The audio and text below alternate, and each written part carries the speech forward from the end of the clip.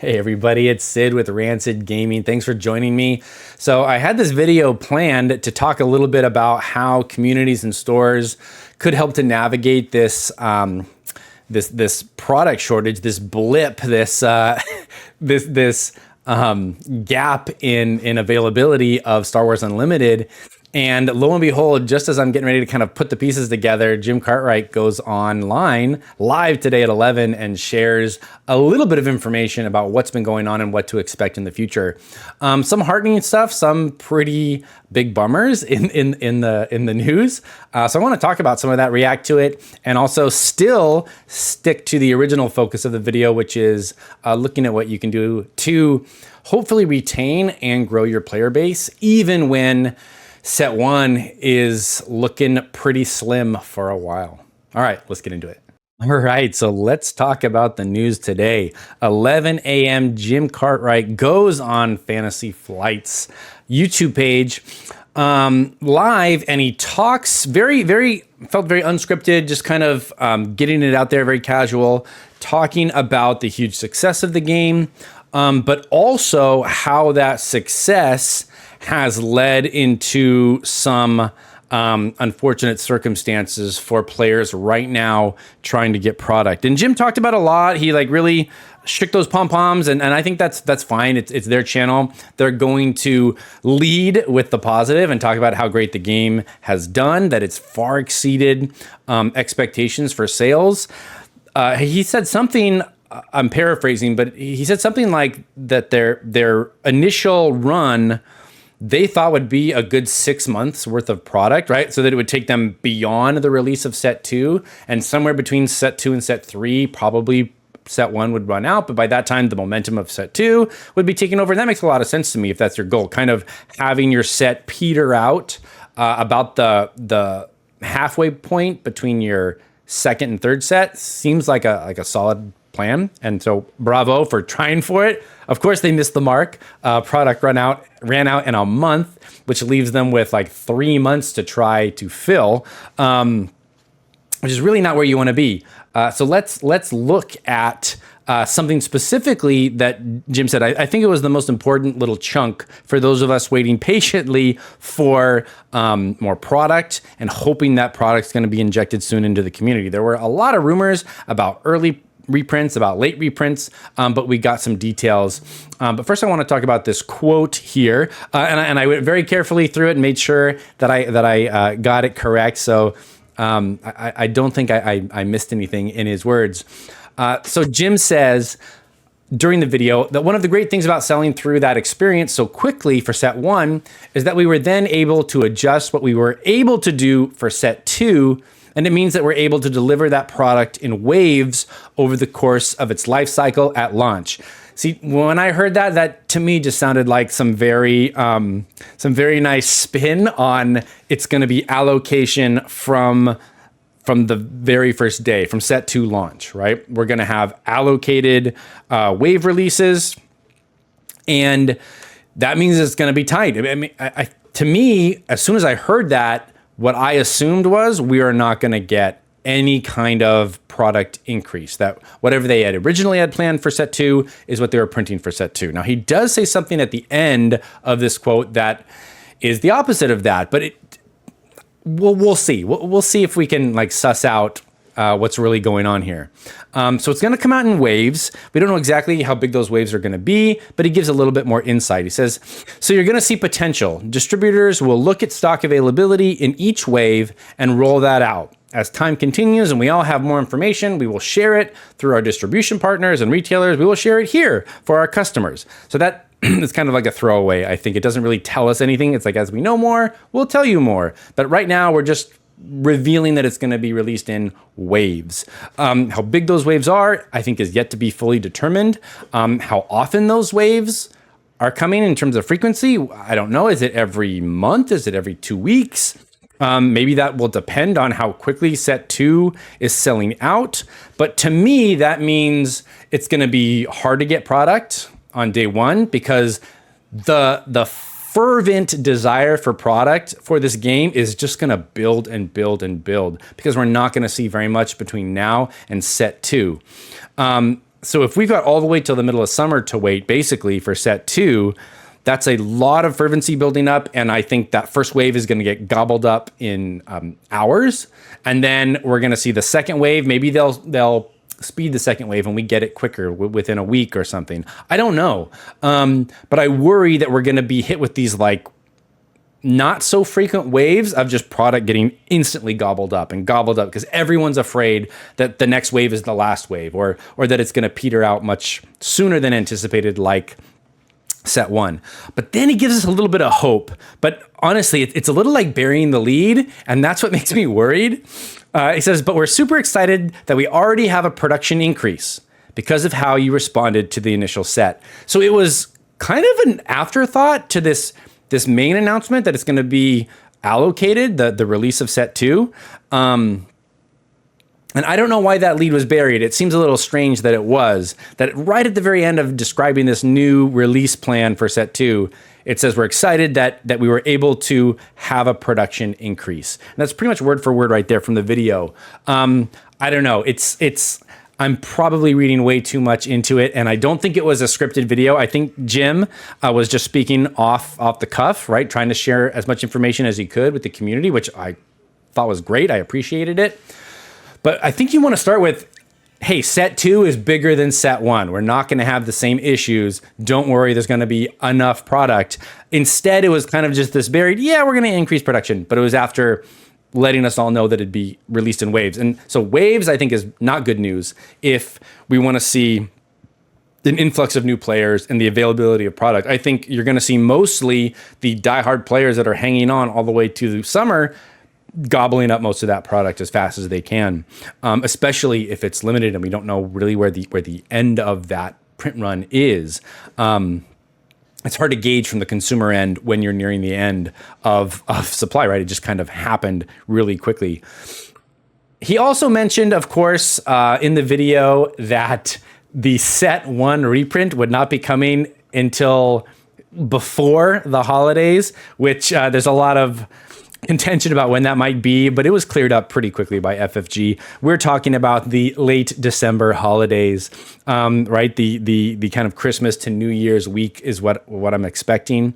If we get it before that, great. But just by mentioning that, I think we're going to get it like very close to the holidays, which means Q4, which means end of the year, which means in all likelihood, set 3 will be out before we see set 1 again, which is really, really bad for singles prices. Singles prices are going to go through the roof. I thought maybe like end of summer was kind of my most optimistic prediction, but I did not go out posting that or sharing it because I hate being like really wrong about big things like that. So it was just like a private thought that I shared with a few friends about me having no real hope for an early or midsummer reprint that maybe would come at the end of summer or early fall. But it looks like even later than that, it's rough. It's going to be rough for new players. It's rough right now.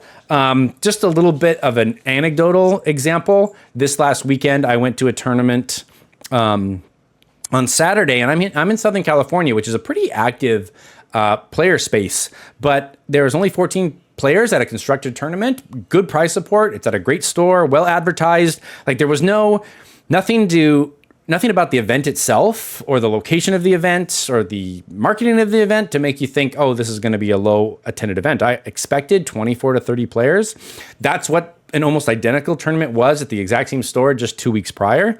And we only had 14 players. And I immediately thought, wow, like that is a serious dip in interest in the competitive side of the game, at least. And looking around at who was there, myself included, they were pretty much players who I'd seen all the way back at the pre-release. So we're talking about people who have been invested in this game from square one. They have pretty solid, if not complete collections. They can build most of what they want. And they don't have to rely on the singles market right now in order to bring a competitive deck to a tournament.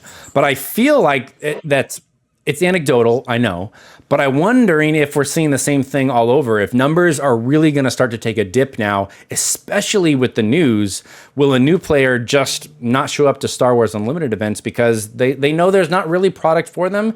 I think the experience of opening new product, even if it's just a little bit, is like a really strong hook for this game. If the only way to build a competitive deck, even a semi-competitive deck, is to find your way onto a website like TCG Player or onto Facebook or something and buy them individually and wait for them to get shipped, hope everything comes the way it should, and then make the deck and take it to an event, that's a lot of hoops. And I think to get into a game, like from the beginning, you want that to be as frictionless an experience as possible. And right now, it just feels like there's a lot of friction to get into Star Wars Unlimited, and that's ultimately bad. Jim did mention that allocation happening right now is designed to get organized play supported. He didn't say the words draft or limited play, but I'm kind of assuming that's what he meant. He could have also meant like pack prize support for constructed events, but I don't think that's necessary. If I'm trying to put on events right now and I've got a little bit of product, I do not want to set that product aside for like premier constructed prize support. I would much rather set that product aside for limited play, for draft and sealed, because that's at least going to get a new player that doesn't have any cards into the store, or at least, you know, friends who do have cards can bring that player along and say, hey, there's a draft, you don't need anything, come on, let's play. And they're more likely to maybe get into it. So that was the news today. It was not great. I think the fact that there will be a reprint, sure, that's a positive. It's way later than anybody thought. The fact that set 2 is going to be released in waves, I think is rough. I think it's like any waves. I think choppy waters may be in store for us when these waves start happening. Hopefully there's some more positive news around that model, or maybe we get that model cleared up, but it worries me a little bit. But that little throwaway strange placement, we will have production increase, or there has been a production increase, or there's a production increase implemented. That is really heartening. Hopefully it's like double. I doubt it's that much more, but it needs to be significantly bigger than set 1, or we're going to run up against the same problem, right? Products will be gone by August, and then we have till quarter 4 to wait till set 3, and when we really want to be like playing some summer cards, you know? All right. So that's all I'll say about the news today. I want to get to what I originally was planning to make this video on, which is how to deal with the product paucity that we're dealing with right now throughout the community and in stores. But I think the news today was related and helped shed some light on that future. So without further ado, let's talk about how to fight product paucity right now in Star Wars Unlimited. Yeah, I know that's a $5 word, but it's cheaper than most singles right now, so why not? Community. The community can do a lot to help out with these product issues. Now, I'm not trying to excuse FFG. I know that a lot of people today especially are kind of playing either the blame game or playing the like defend FFG game. I'm not really interested in taking any sides there. It is what it is. Like, Jim came on and gave us the information, and now we as players of Star Wars Unlimited have to figure out what to do with that information, right?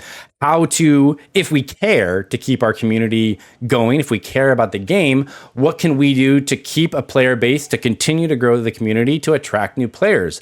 Because I think if you do really care about this game, you want all those things to happen. And they're not going to happen through an influx of new product. So they're going to need to happen in different ways. So what can the community do? I think number 1 is you're demoing the game for people. This is an important thing for stores to consider also. But as stores move kind of beyond the inception of a game, they're just less likely to run demo events, especially if they can't provide product. So I think it's important for players to have some demo decks, whether they are like old demo decks you have of the actual game that you printed, whether they're copies of the starter decks, or maybe they're just you bring an extra deck for someone that's kind of a simple deck to play, not too complicated, that they can try if you see someone like watching players, right? If you're going to a local night, maybe it's just a local casual game night, maybe it's a tournament, and you see, you guys know those people at game stores, right? They're kind of hovering, they're kind of looking, they see Star Wars, they start, what's that? That's the new Star Wars game? Oh, if you can pull out a deck and say, yeah, you want to learn? I've got a deck, you want to try it? A lot of times you can pull in new players that way. And it doesn't cost much just to have that deck ready, in your bag, ready to go if you've got an interested person. They're probably going to then lead to a conversation about whether or not there's product, and then you've got another challenge. But sometimes just hooking them with a deck, with a good demo deck, is all it takes to kind of get them to stick around, especially if you can get some cards in their hands. So that's like my second point. Buy, sell, and trade locally at a discount. If you've got a new player who is interested in buying cards and you've got cards to sell to that local player, please, even if it's at a little bit of a discount. Like if you're not making quite as much on your margins while selling cards, if it gets another player into your community, into your local community, some people, if you're in this for the money, okay, fine. This point isn't for you. But I think most people would like to see the long-term health of this game stick. And that means sometimes sacrificing a little bit monetarily for the health of the community. I've always felt like community health needs to be the number one priority if you want your game to last, if you want your game to be something fun to go to every single week, right? Just yesterday, I sent an entire set of every leader, every base, and 3 of every common and 3 of every uncommon, right? So no rares and no legendaries, though I did include the rare bases and the rare leaders. And I sent that to someone I know in Southern California who is getting into the game, but all they have is a starter set, right? And I think they're in that place where they're a little hesitant. Product is scarce, singles are expensive, and taking that next step is not easy for them. So a little nudge from me with cards that are honestly just sitting here in a box. They're not getting put in any decks because I have multiples of all of them. I had a full uncommon and common and leader and base like set ready to go. I kind of put it aside just for this opportunity. I found someone who only had a starter set, and I just sent it to them. It cost me like $6 to ship it. It's cheap to me. I'll pay $6 to get another person into the community 10 out of 10 times because I want it to grow. I want people to play with. I want people who care about this game to be involved in this game. So if you do have a lot of product, if you're one of those people who bought a lot and have a lot and you're still sitting on a lot, if you can buy, sell, and trade locally, like go to your local casual play nights, go to your local tournaments, and let it be known that you have product. If people are looking to buy singles, they can get it from you at a discounted rate. It's going to help the game grow, and it's going to help people feel connected to their community. Third, and I think it's really important to stay plugged into the community, is to get involved in online spaces. I shouldn't say almost, I think every meta that I'm aware of has a Discord connected to it. I'm in the SoCal Discord for Star Wars Unlimited. I'm also in the bigger national or international Discord for Star Wars Unlimited, though that's so big now it's kind of hard to get any local assistance there. But I'm also in the Discord for every single game store that I participate in Star Wars Unlimited events for. That's 3 different game stores. If you have a game store in your area and they don't have a Discord, see if you can talk to the game store and get it set up. You want people to be able to talk between casual play nights, talk about what cards they have available to trade, to sell. It's another place where you can kind of start getting those swaps going, start building your collection, even if you can't buy packs. I think a community that supports itself, that wants to help itself grow, and at least at the very minimum stay stable, is going to be really important during this time. So I think that's some stuff you can do as a community. I don't know how many store owners watch my videos, probably none, but if you have anything close to a positive relationship with your store, maybe you could, mention something to them.